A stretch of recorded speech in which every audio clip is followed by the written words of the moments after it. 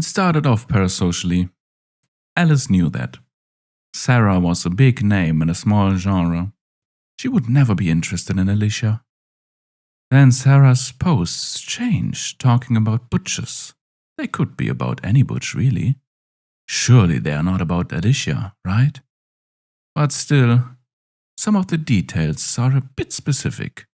Post from the celebrity that says how badly she wants A to ravish her. That was the same day she liked one of Alicia's selfies for the first time. And Sarah always liked Alicia's replies, responding with heart emojis she never used for anyone else. Every time Alicia sees that green heart emoji, she knows it's for her. Right? Sarah only ever uses it whenever she's replying to Alicia. And sometimes in a post here and there randomly. Or is it random? A pattern begins to emerge. Post that video information about Sarah's location. Looking for my green heart. Waiting for my green heart to find me. I want A to show up and ravish me, green heart. Alicia always responds to those posts. There, Sarah never uses the green heart, but she made one post that said, "Can't give the game away too early, green heart." All of her other fans wonder who A is. But Alicia knows. It has to be her. There's no one else she uses that for. So, Alicia tries and Sarah were mutuals. Although they'd never talked off the side. Well, Sarah had never responded to her DMs. Sometimes I have a specific scenario in mind. If I seem off sometimes, that's why, green heart. Again, that green heart. That damn green heart. What else could it mean? Alicia has posted a couple of spicy photos, always when Sarah was online. Other followers of Alicia liked the photo, but Sarah only the once. Until finally Alicia posts a photo of herself dressed up as a stalker. Despite her inclination towards submission, Alicia does a lot of posting as a dom because that gets more attention. She posts a photo of herself wearing a balaclava and gloves and dressed in leather and chains, grabbing the camera so it looks like she was grabbing the viewer's throat. Alicia was drunk when she posted it. She was thinking about Sarah, trying to piece together what all this meant, and she couldn't come up with it. She was so confused. So in a fit of annoyance, she decided to be more dominant than usual and captioned it, "The last thing you see before I violate you." Sarah liked that one. Almost immediately. Alicia's heart caught in her throat.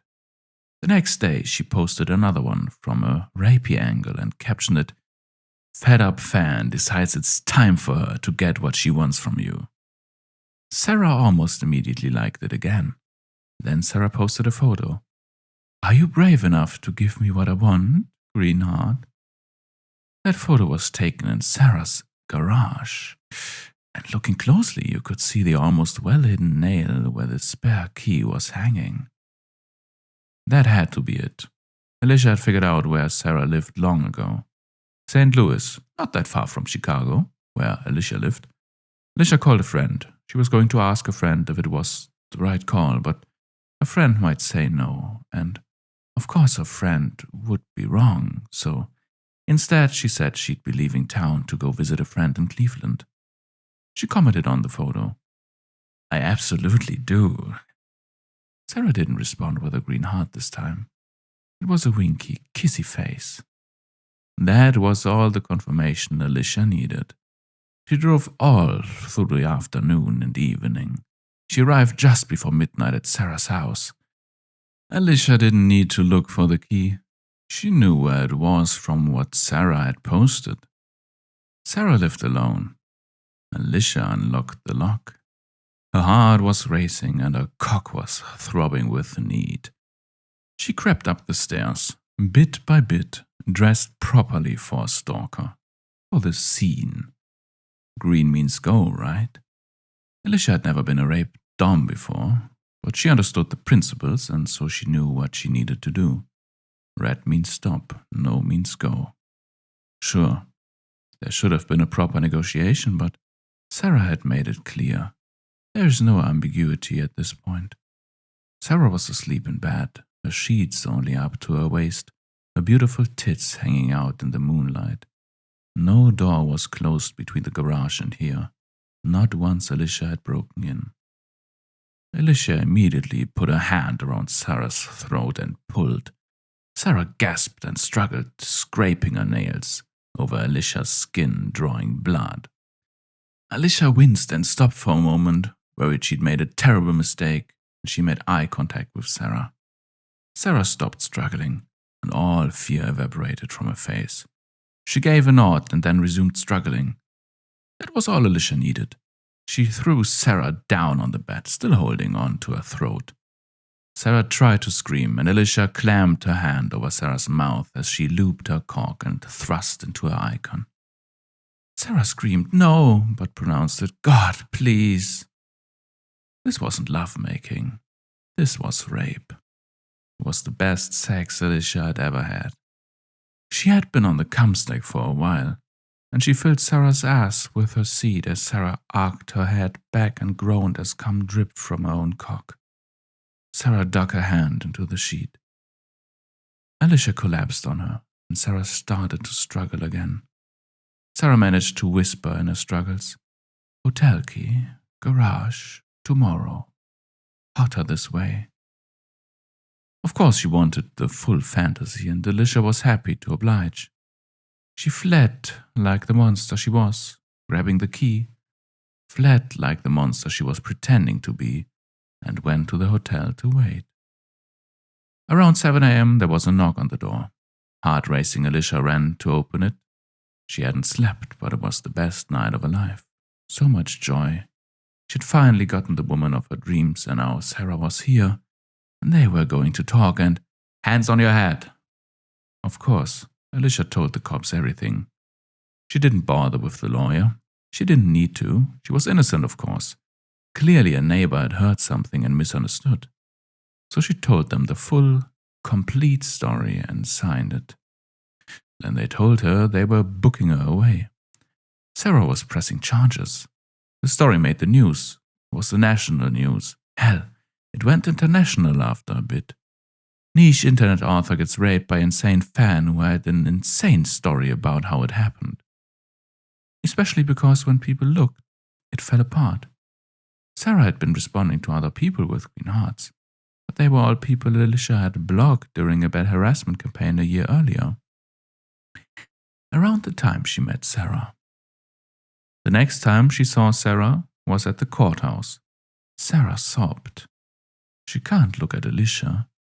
She denied that she had ever nodded. After all, the cops had the footage from her room. The footage. A hidden camera Alicia didn't know about.